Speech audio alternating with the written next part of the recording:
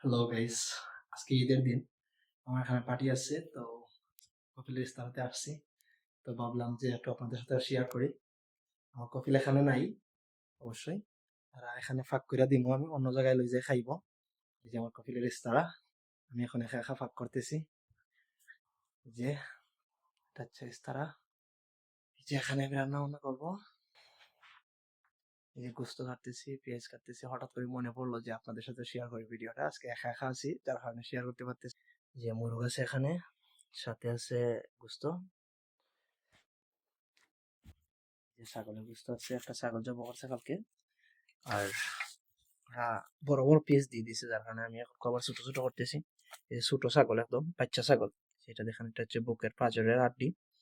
তো বুঝতে পারতেছেন এটা দেখে যে ছাগলটা কতটুকু বড় হইব। যে আমি পেঁয়াজ কাটছি, দেখতে পারতেছেন। আর এখন এগুলা কাটবো। আর চাপাতি এরকম বড় বড় পিস রাখি দেবো। বড় বড় পিস থাকবো। অনেকে আছে যারা ছাগলের গোস্ত খায় না, উটের গোস্ত খায় না, যার কারণে এই মুরগ এরকম পিস রাখি দেবো। যারা ছাগলের গোস্ত খায় না এরা মুরগ খাইব, যারা ছাগল খায় তো তারা ছাগল খাইব। এই যে দেখেন, এটা হচ্ছে ঠ্যাংয়ের হাড্ডি ছাগলের। তাইলে বুঝতে পারতেছেন এটা দেখলে যে কত বড় ছাগল। বাংলাদেশে এত ছোট ছাগল খাইতো না, তবু যেটা খেসমা বাচ্চা। আর সৌদিরা সবসময় ছোট জিনিস খায়, সবজি খাইলেও খাইব খেসমা সবজি, ছোট ছোট সবজি। গোস্ত, উটের গোস্ত বলেন আর ছাগলের গোস্ত বলেন। এই যে ছাগলের রান দেখতে পাচ্ছেন, কত বড় রান, অনেক ছোট। তারা এগুলা খায়, বাংলাদেশে এগুলা খাইতো না, তবে যে এত ছোট একটা কিল্লা জবাই দিছে। বাংলাদেশে যাই তো কাজে কি গরু কিনতে যাই, তো কাজে এটা বয়স হয়েছে নি, দাঁত উঠছে নি, আর কত কিছু। যে আমার গোস্ত কাটা শেষ, এখন সবগুলা গোস্ত বলে নিয়ে নিছি। এই যে দেখেন কত বড় বলে, এক বল গোস্ত, একটা ছাগলের গোস্ত, আর আছে 4টা মোরগ। বসাই দেবো আমি এখন বিরিয়ানি। এই যে দেখতে থাকুন আপনারা। মাংস নিয়ে আসলাম।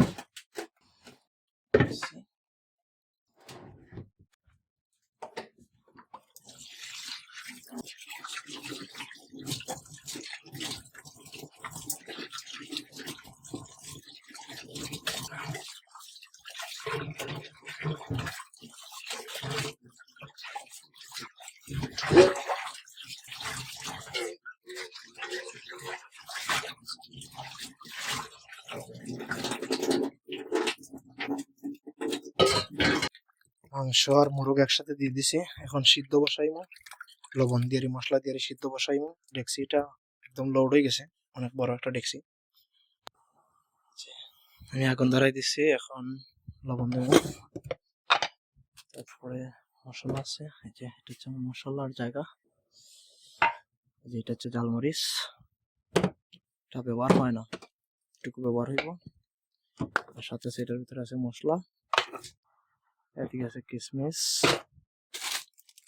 দারুচিনি, লং, শুকনা লেবু। যে এখন আমি মশলা দিয়ে দেবো।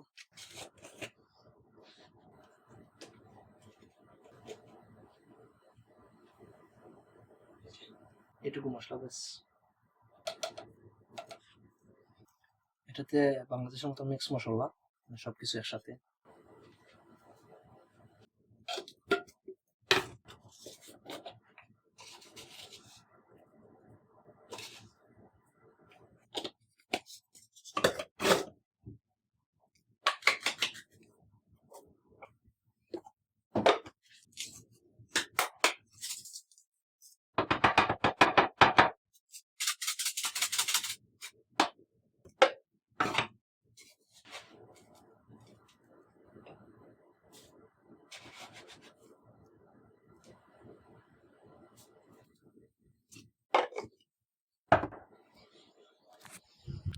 পরিমাণ মতো মশলা দিয়ে দিচ্ছি, লবণ দিয়ে দিচ্ছি।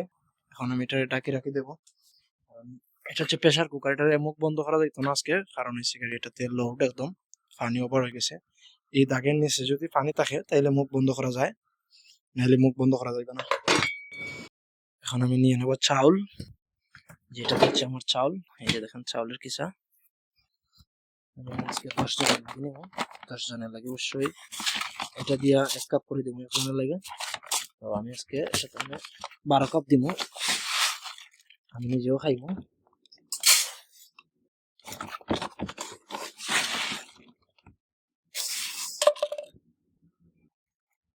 যে আমার চাউল দেওয়া শেষ।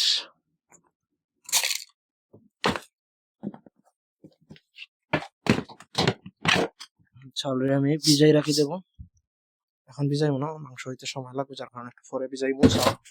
চাউল ভিজাই রাখবো 20 মিনিট, তারপরে মাংসটিরে উঠাইয়া আরেকটা ডেক্সিতে রাখবো, তারপরে এটাতে চাউল ডালি দেবো এই পানির মধ্যে। মাংস উঠাই রাখি দেবো, কারণ হচ্ছে এটাতে মাংস সহ চাউল দেওয়া যাবে না, জায়গা নাই, যার কারণে মাংস সিদ্ধ হয়ে গেলে মাংস উঠাই রাখি দেবো। এই যে আমি ওভেনের ট্রে বাইর করে ধুয়ে নিছি, মোরগ গুলারে নিচে ওভেনে দিয়ে ফোরমু, আর মাংস এটাতে সাকি ওই ডেক্সিতে রাখি দেবো, কারণ এটাতে জায়গা হবে না, যার কারণে। এই যে দেখেন আমার মাংস সিদ্ধ হয়ে গেছে, আশা করি। তো খাই চাইলে, হ্যাঁ মাংস সিদ্ধ হয়ে গেছে, বেশ চলবো। এই যে মোরগ গুলা,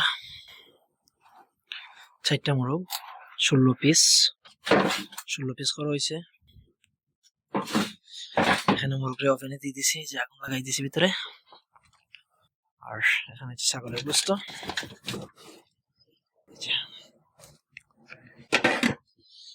এই যে এখন আমি চাউল দিয়ে দেব, এই যে দিকে চাউল দিয়ে দিছি। চাউলটা হাফ সিদ্ধ হওয়ার পরে বন্ধ করে দেব মুখ। উপরে দিব কিশমিশ, শুকনো লেবু, তারপরে এলাইচ, লং, এগুলা দিব উপরে সুগার আসার জন্য। যে আমার এটা হয়ে গেছে, মুখ বন্ধ করে দিছিলাম যাতে তাড়াতাড়ি হয়, টাইম কম, 9:30 বাজে, তারা আইব নি। তো দেখেন টাইম আমার প্রায় 8টা বাজে গেছে, 9টা বাজে গেছে, এই যে 8:30, 8:35 বাজে, যার কারণে মুখ বন্ধ করে দিছিলাম যাতে তাড়াতাড়ি হয়ে যায়। রান্না করা শেষ, কিন্তু ভিডিও করতে পারি নাই, কারণ সৌদি চলে এসেছিল, আইসা লয়ে গেছে কই, আমি তাড়াহুড়া করে আমার লাগে রাখছি। এই যে দেখেন বোলের মধ্যে রাখি দিয়েছে, প্লেট নাই, সবগুলা প্লেট লয়ে গেছে কই। হ্যাঁ, আমি বোলের মধ্যে বইয়া খাইতেছি এখন।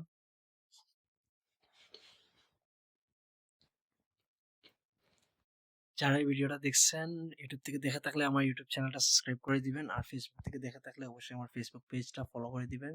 আপনাদের সাপোর্ট আশা করি, দোয়া করবেন। আল্লাহ হাফিজ।